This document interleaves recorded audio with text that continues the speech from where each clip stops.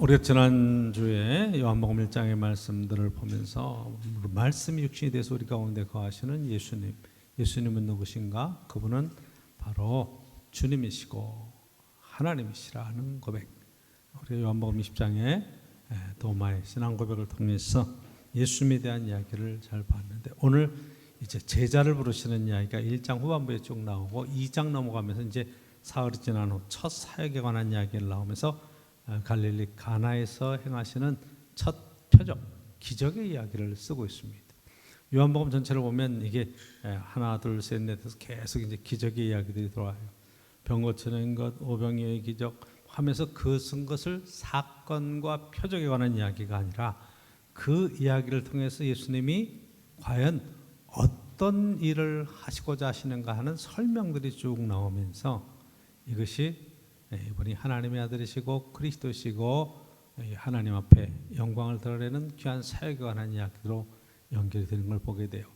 그래서 이 표적의 이야기를 할 때 요한복음의 제일 큰 특징 가운데 하나가 이제 이것이 헬라 세계로 뻗어가는, 그죠? 마태, 마가, 누가복음을 넘어서서 이제 90년도에 헬라 세계로 뻗어나가는 사역을 지금 쭉 하시는데, 그때 제일 큰 문제가 이게 헬라 세상과의 복음과의 만남의 문제예요.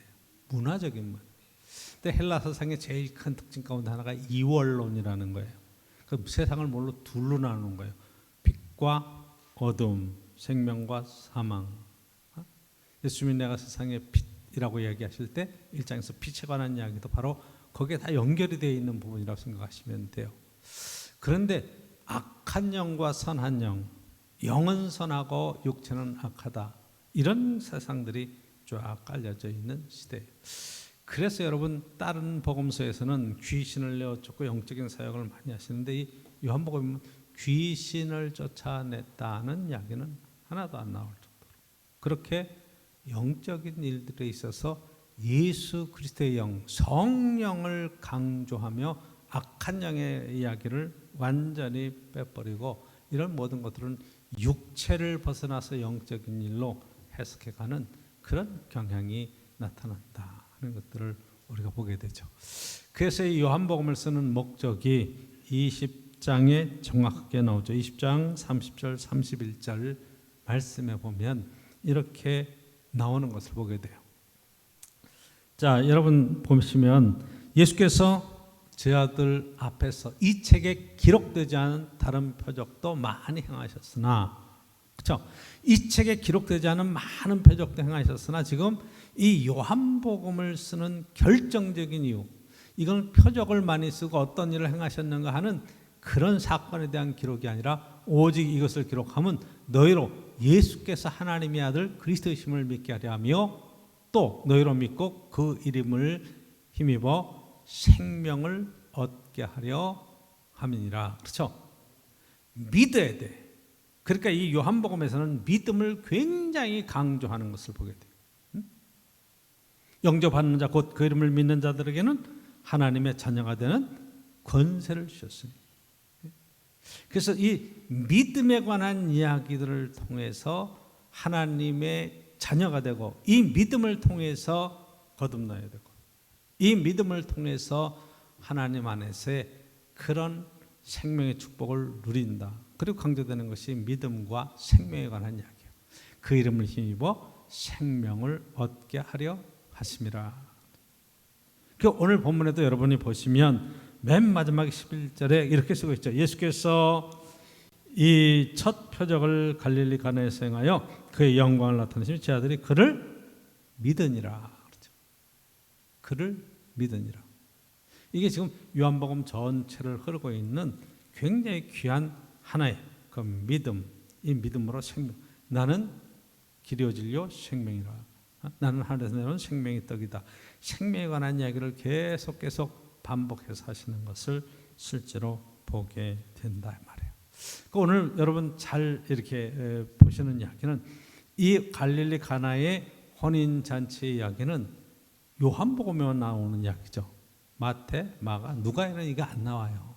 그 첫 번째 표적인데 왜 다른 데는 안 나오나? 그 요한 사도의 독특한 관점과 그의 쓰고자 하는 결혼식에 목적하는 이 복음에 대한 이야기들이 이 가운데 들어있다라는 것을 우리가 보면서 함께 은혜를 나누려고 하는 것입니다. 자, 혼인잔치가 있었어요. 근데 여러분, 우리는 지금 결혼하면 미리 청첩장 쫙 돌리고 그 다음에 예식장 잡고 청첩장 돌리고 결혼식 날 그냥 결혼하면 가서 축하금 주고 식사하고 오죠. 그렇죠? 보통 우리 결혼식을 준비해 보면 손님이 몇 분 정도 오실까? 굉장히 고민이 돼요.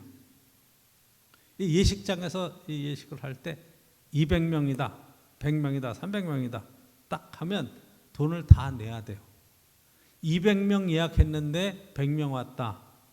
100명만 주고 100명은 거슬러 준다. 이런 게 아니에요. 그렇죠?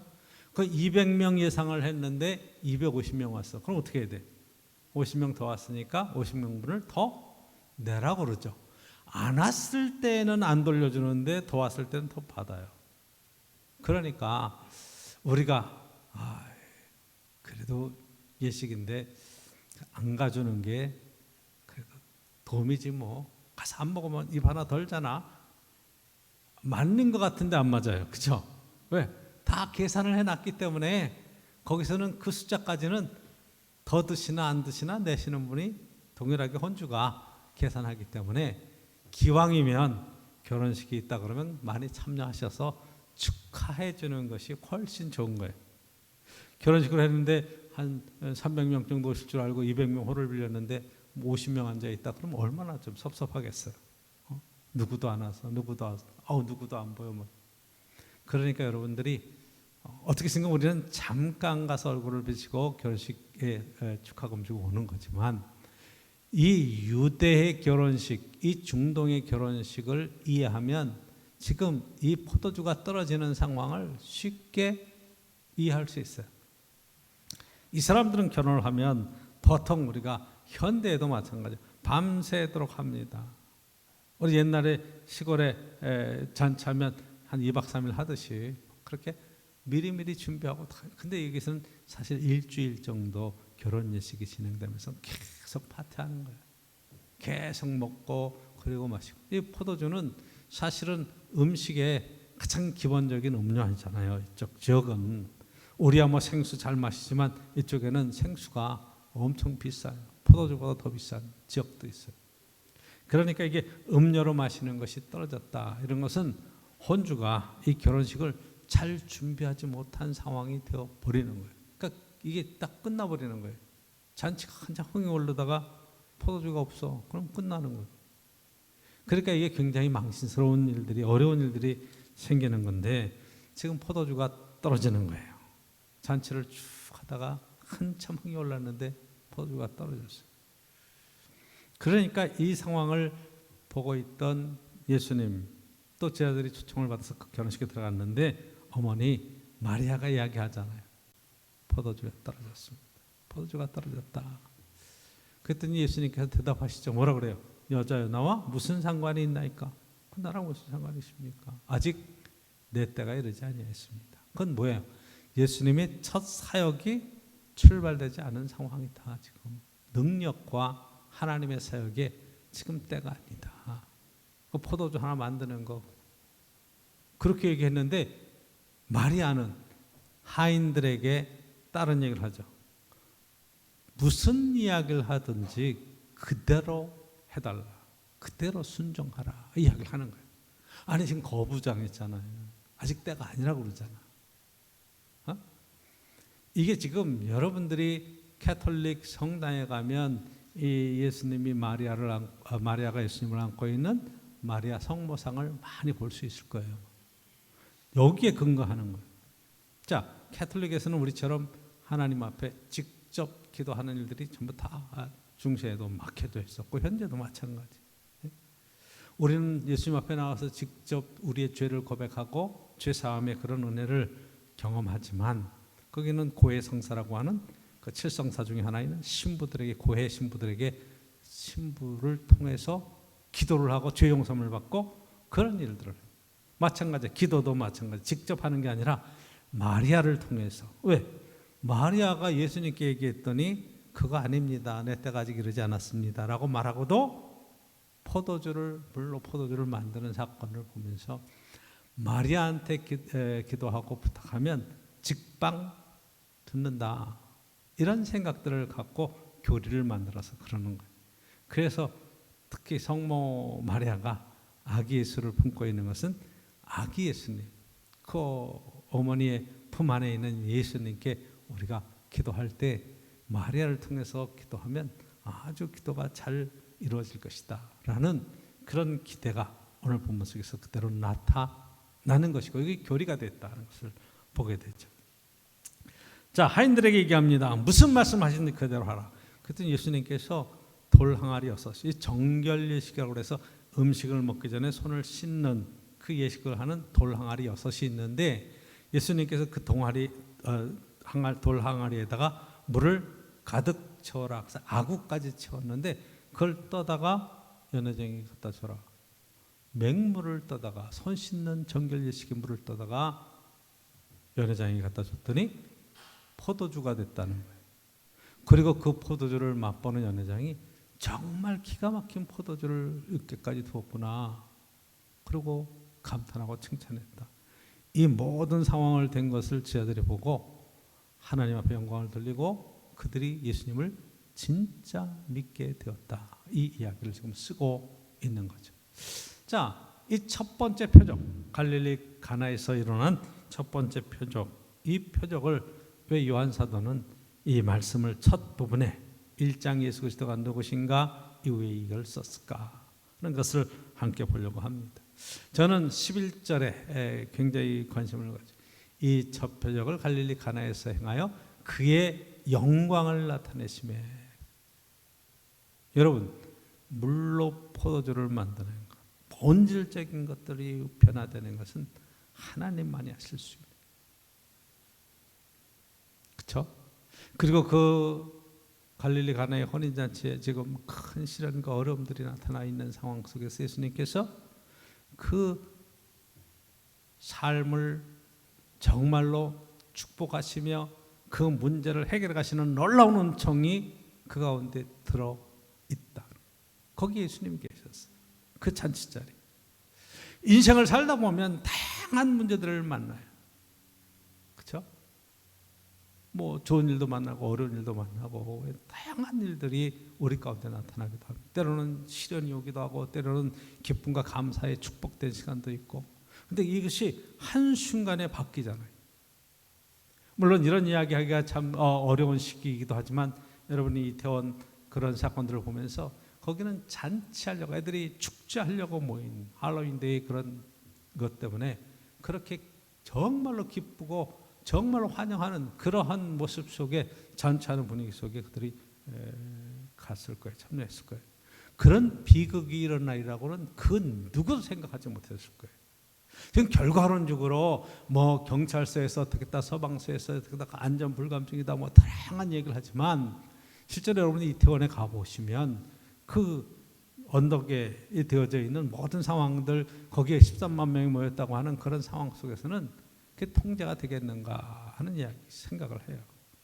저도 청년 때를 지나가면서 여러분 어떤 우리가 행사를 하고 축제를 하는데 경찰들이 정복을 입고 사복을 입고 왔다 갔다 하면서 통제한다? 여러분 젊은 사람들이 그런 것들을 순종하겠느냐 이 말이에요.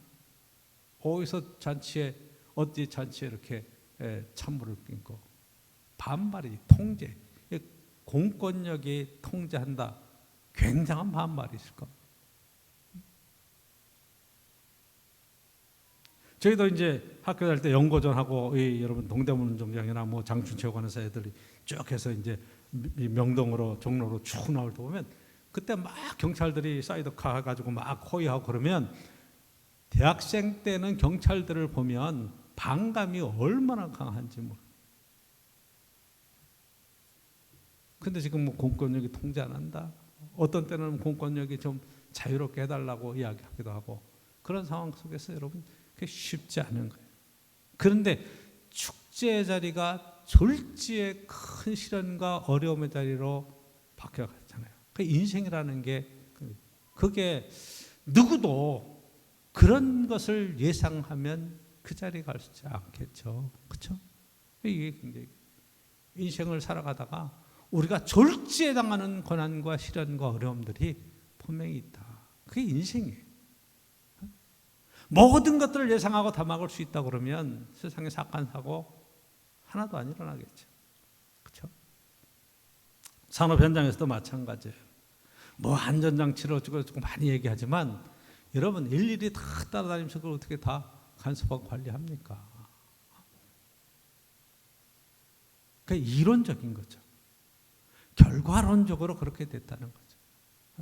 근데 그런 시대를 지나가면서 조금 더 어떻게 생각하면 관리하고 조금 조심하고 더 집중적으로 주의하면서 사건을 막고 사고를 막고 좀 더 건강한 사회로 만들려고 하는 사회적인 합의, 노력 이런 것들은 당연히 우리에게 있어야 되겠죠. 네? 여러분 이렇게 포도주가 떨어질 줄 누가 알았겠어요? 근데 인생에 그런 문제들이 닥치더라 이 말이에요. 그런데 오늘 본문 속에서는 인생의 어려움을 얘기하는 것이 아니라 그 가운데 계시는 예수님을 얘기하고 있잖아요. 그렇죠? 예수님과 제자들이 그 잔치에 초청함을 받았어요.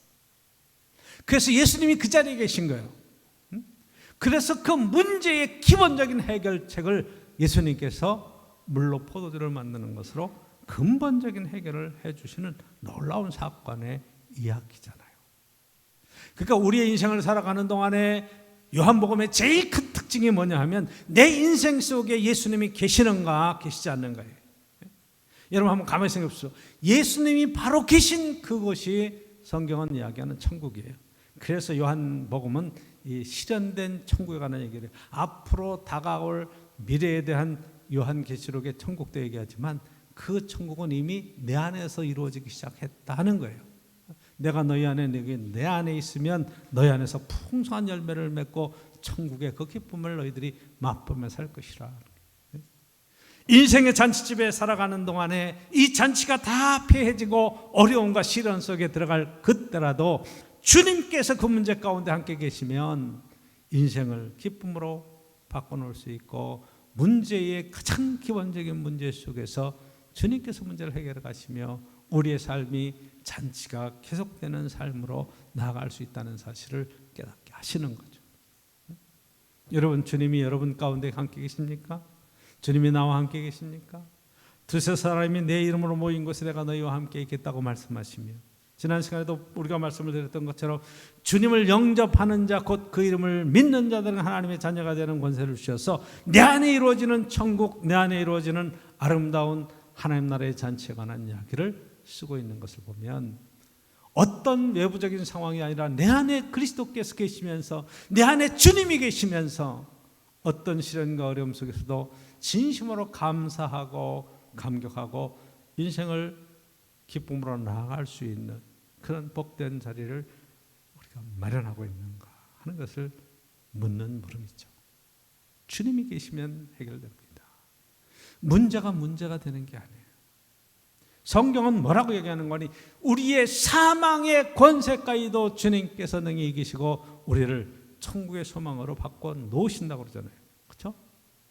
요한복음 14장에 뭐라고 그래요? 내가 곧 길이요 진리요 생명이 나로 말미암아 그는 아버지께로 갈 자가 없다. 너희는 염려하지 마라, 근심하지 마라. 내가 너희를 위해서 처소를 예비하러 가노니 가서 너희를 위해 처소를 예비하면 너희를 다시 부르러 올 것이다. 무슨 얘기예요? 너희를 다 나 있는 곳으로 데리고 갈 것이다. 천국에 관한 이야기를 정확하게 하시죠. 그렇죠?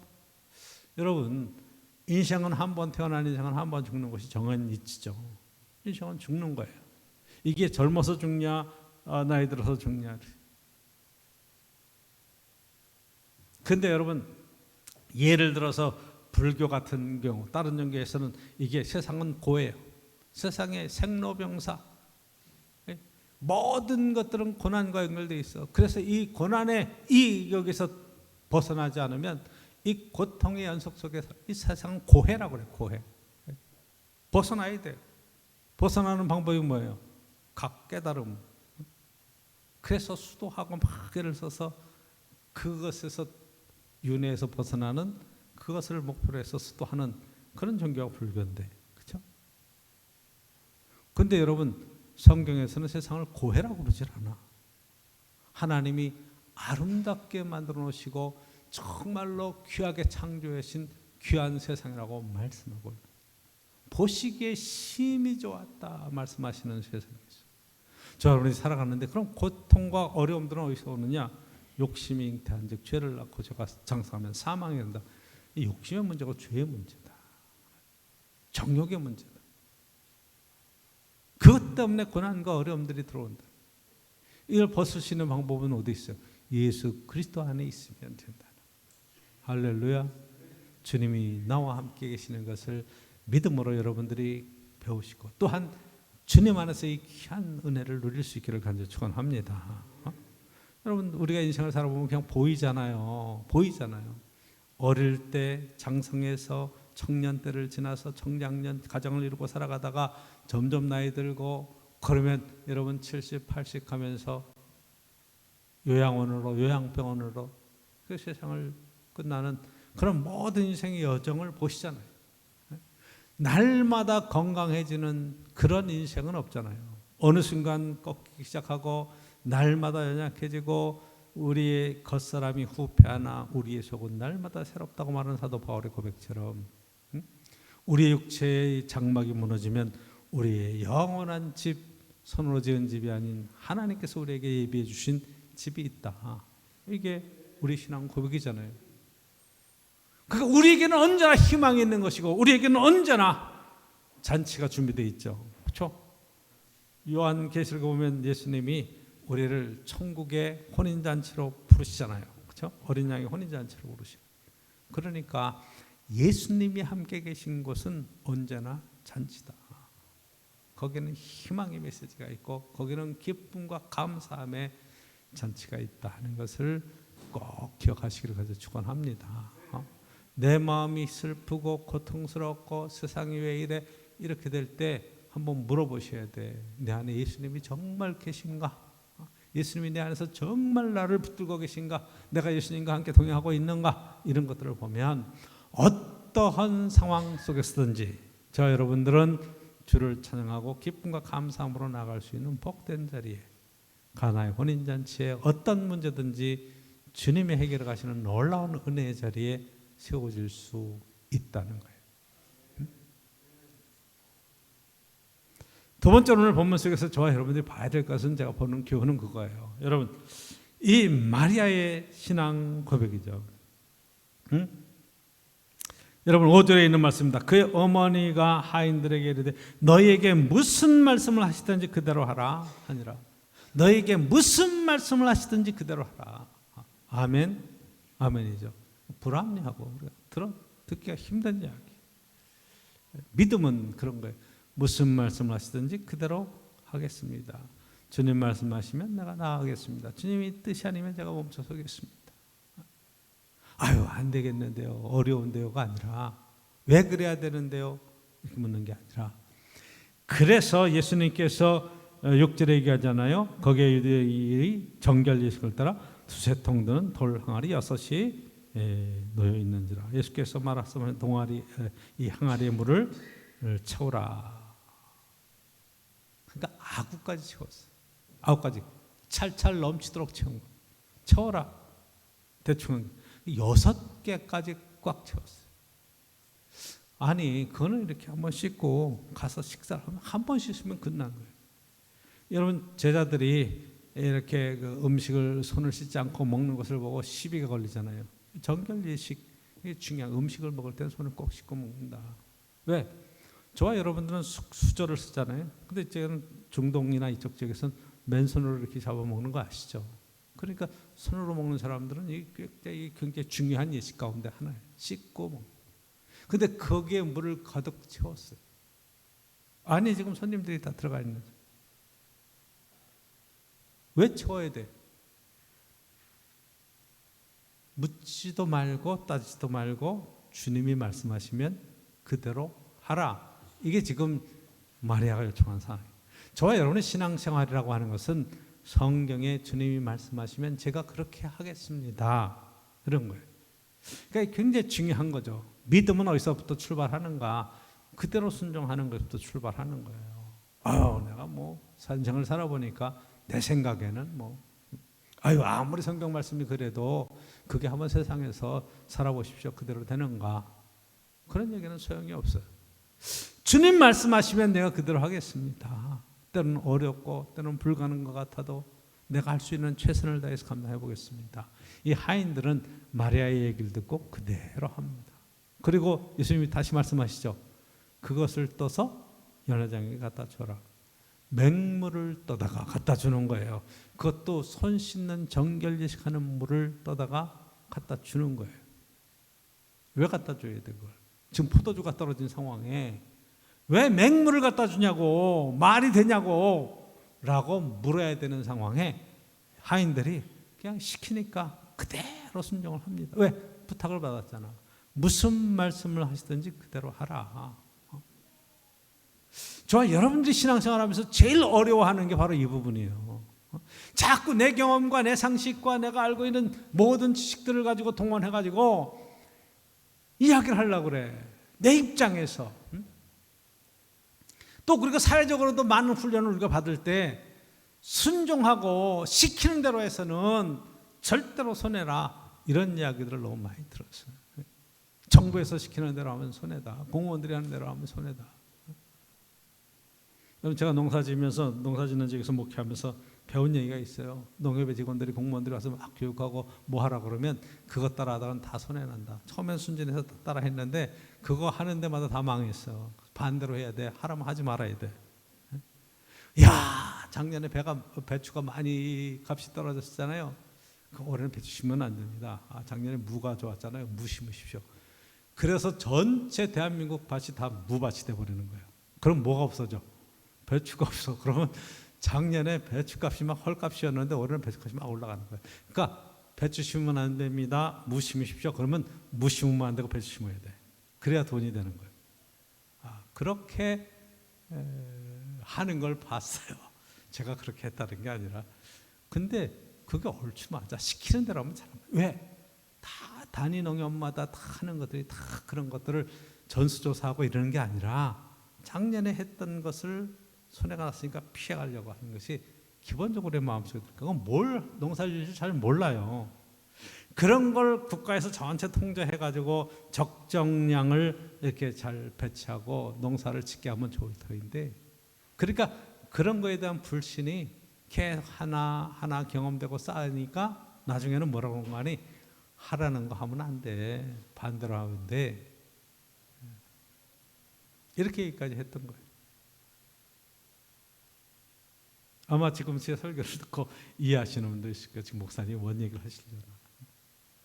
세상은 그래요. 그렇기 때문에 예수님이 말씀하시고 시키라고 그러면 그거를 자꾸 의심하는 거야. 한 번 더 의심하고 정말 될까? 왜 그럴까? 맹물을 떠다 주라고? 욕먹는 거 아니야? 왜 맹물을 떠왔어? 그러면 난 뭐라 그러지? 별의별 생각을 다 하는 거야. 그런데 맹물을 딱 떠다 주는 순간에 그 잔을 가지고 잔에 딸고 마셔보니까 그게 어느 틈에 포도주가 되어 있는 거예요. 할렐루야. 여러분, 돌 항아리에서 포도주가 됐는지 떠가지고 가다가 이게 포도주로 바뀌었는지 아니면 주전자에 딸고 컵에 따를 때에 포도주가 됐는지 그런 얘기는 안 나와 있어. 그렇지만 이 말대로 순종하고 움직여가는 동안에 어느 틈엔가 이것이 물이 포도주로 바뀌는 놀라운 사건이 일어났어요. 저와 여러분들의 인생 속에서 정말로 주님이 함께 가시고 주님이 말씀하시고 우리가 주님의 말씀에 순종하는 그 길을 간다고 하면 주님께서 개입하시는 시간이 있어요. 내 경험과 상식을 넘어서. 여러분, 포도주와 물은 전혀 다른 거 아니겠어요? 근데 이게 바뀌었다고 말씀하는 거예요. 이 기적이라고 하는 첫 번째 표적이라고 하잖아요. 기적을 베푸셨어요. 주님이 그 자리에 계셨고 말씀하셨고 순종하니 기적이 일어난 거예요. 우리는 자꾸 주님께서 기적을 일으켜달라고 얘기하는데 성경은 두 번째 우리에게 요구하는 것이 너희는 그 말씀대로 순종하고 있는가? 너는 정말 기적을 경험하고 기적을 체험할 수 있는 기적의 주인공의 삶을 살고 있는가? 이것을 물으시는 거거든요. 무슨 말씀을 하시든지 그대로 하라. 이게 이제 기적의 출발점이고 순종이 기적을 낳게 되었다는 것을 깨닫게 되죠. 그렇죠? 아이, 목사님 살아보십시오. 세상에 말씀대로 살아서는 손해나요. 그래도 한번 해보십시오. 중간에 포기하지 말고 끝까지 순종해서 물이 포도주가 되는 기적을 경험해 보십시오. 세 번째, 오늘 말씀 속에서 저와 여러분들이 보는 것은 이 연회장의 고백입니다. 이야, 사람들마다 처음에 좋은 것을 내고 나중에는 이 나쁜 것을 내서 이게 참 취한 다음에는 이게 정말 좋은 건지 나쁜 건지 모르게 했는데 어떻게 이렇게 좋은 것을 끝까지 두었느냐 이렇게 얘기하죠. 그렇죠? 그럼 뭔 얘기예요? 예수님 안에 있으면 나날이 더 좋아진다.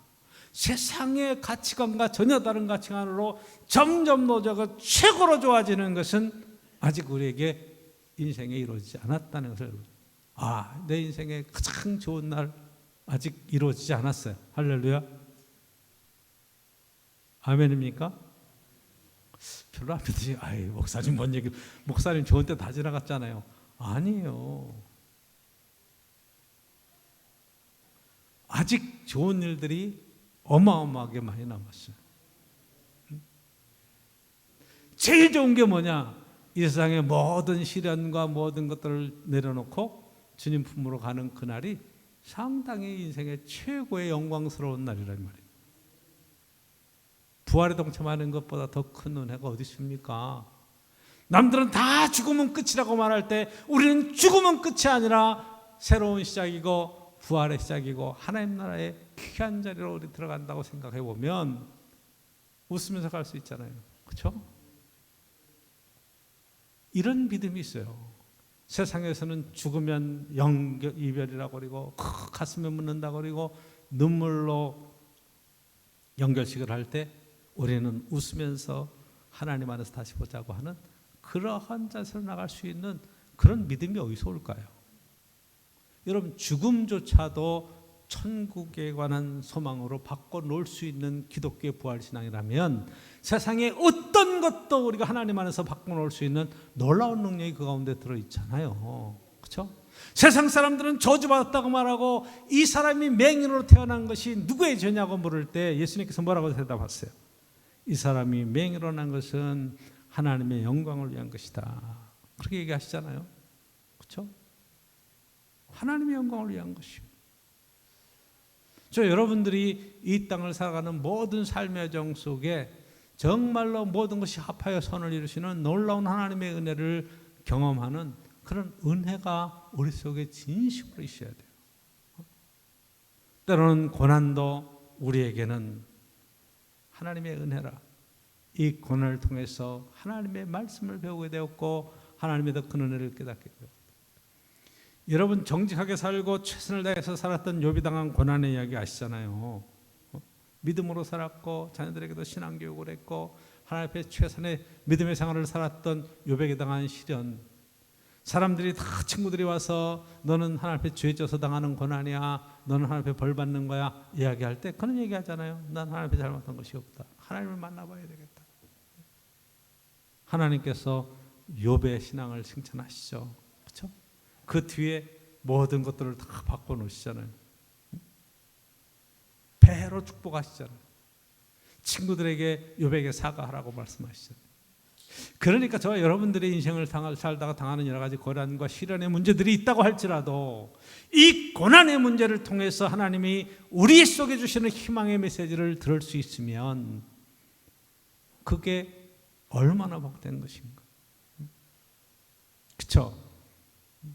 사람마다 다 좋은 걸 선물로 주다가 취하면 안 좋은 거 주고 낮은 걸 주는데 어떻게 이렇게 좋은 것을 끝까지 내서 더 좋은 것을 갖고 왔다고 말해요. 감탄하는 이 연회장의 이야기는 예수 믿는 저와 여러분의 인생이 나날이 정말로 주님과 함께 더 좋아지고 더 번성하며 기쁨과 감사한 일들이 저 안에서 더욱 넘치는 복된 인생으로 세워질 수 있기를 간절히 축원하는 것입니다.